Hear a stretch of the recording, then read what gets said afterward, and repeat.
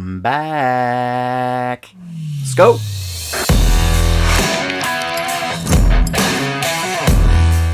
What is up, Bengals fan? It's your boy Mike coming back at you with another Deyly. It's been like a year. I got a crazy story to tell you about my life and why I haven't been making videos. But first things first, your boy went to the Super Bowl. That's right. I live in Southern California, so I was able to go. My wife, whenever we met, like forever ago, the Bengals were not very good. She didn't have a team, so she adopted the Bengals. Gotta love her.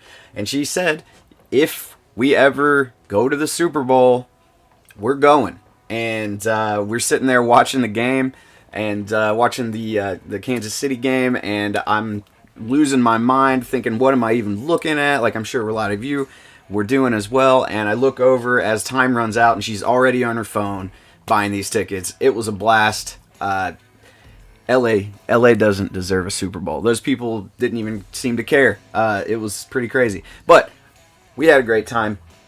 The reason I stopped making videos, you guys, is because, look around. Different background. I am living in a true digital nomad fashion nowadays. My wife and I, we sold our house in San Diego. We used that money to get clean of our debts, and we bought a camper and a Chevy Tahoe to pull it, and we renovated the entire inside of this thing, and we're loving it so far. We're just driving around the country, seeing what we can see, doing what we can do, watching the Bengals, you know.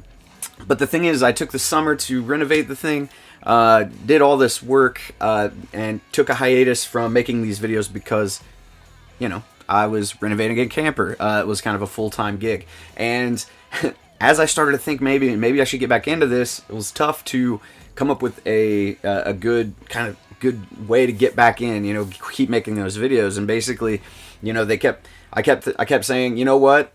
It's working right now. I'm a little bit superstitious. I'm not superstitious. I'm a little stitious, as they say. So I was like, you know what? They're winning. Hear the birds. I'm in a campground in California, guys. Anyway, I'm sitting there thinking, I don't know when to come back in. They're winning. I don't want to start making videos again, and then you guys say, hey, Mike, you shouldn't have made these videos because once you started making them, they started losing. I didn't want that heat. So what I did was I ended up just kind of going with the flow, and then I was like, as the playoffs were starting to roll around, I was like, man, I really want to make playoff videos. I really want to talk about the Bengals in the playoffs, but it was like, no, I already made this decision, and as long as they're winning, I'm not making these videos. And these dudes went all the way to the Super Bowl with it. I mean, come on. That's crazy. I love it, man. It's been a crazy ride. I've loved experiencing it with you guys. I don't think there's a fan base in the NFL that deserved that kind of ride like the Bengals fan base. Just the least toxic kind of. Unless you're on Facebook, don't go on, guys. Just rule of thumb: stay off of Facebook. Honestly.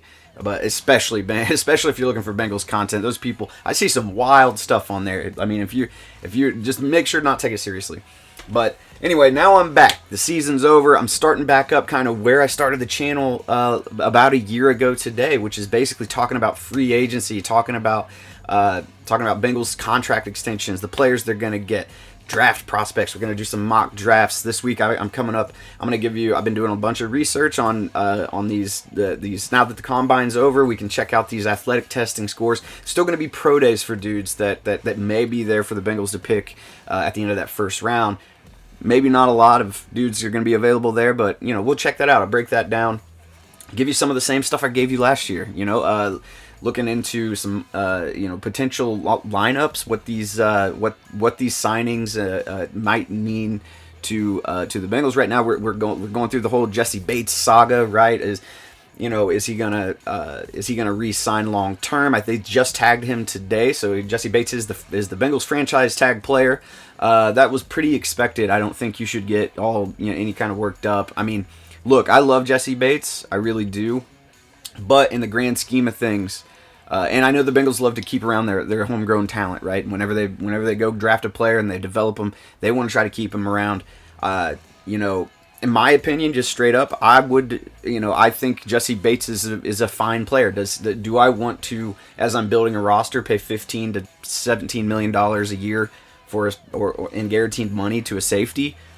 Not really, because I don't unless we're talking Ed Reed level of play, which Jesse Bates is not. He's very, very good. He's not that level of a safety. He could be. I'm not saying that he won't be that good, but right now,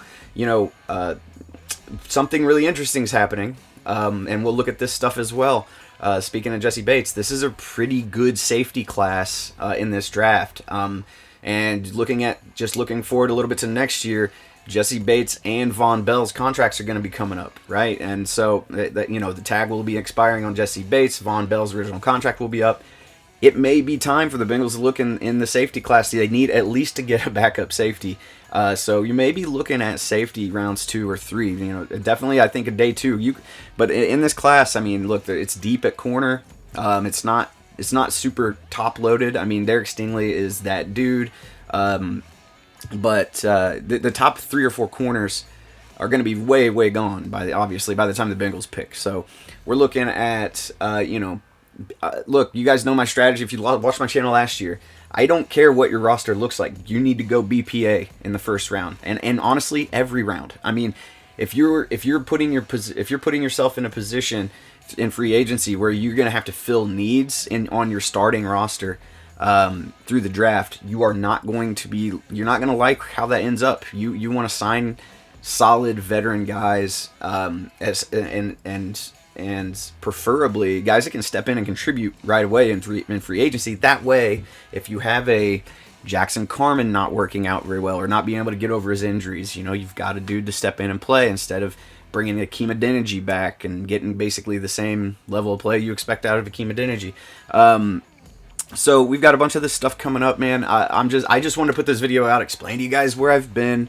I don't have anything prepared from like a player breakdown or anything like that, but I think tomorrow I'm gonna start looking at free agency. I'm gonna look at who's out there, what's realistic for this team. I'll keep you updated with any news as it comes out. There's nothing really crazy going on right now because you're kind of rolling into the end of free agency. Starting to see players get cut, which is one thing you'll want to watch out for. If some of these offensive linemen get cut, that's where the Bengals really need to start pouncing on these veteran dudes. But I'm going to see you guys a lot more. I swear I'll stay around. But until next time, I've been Mike. This has been Who Daily. See you.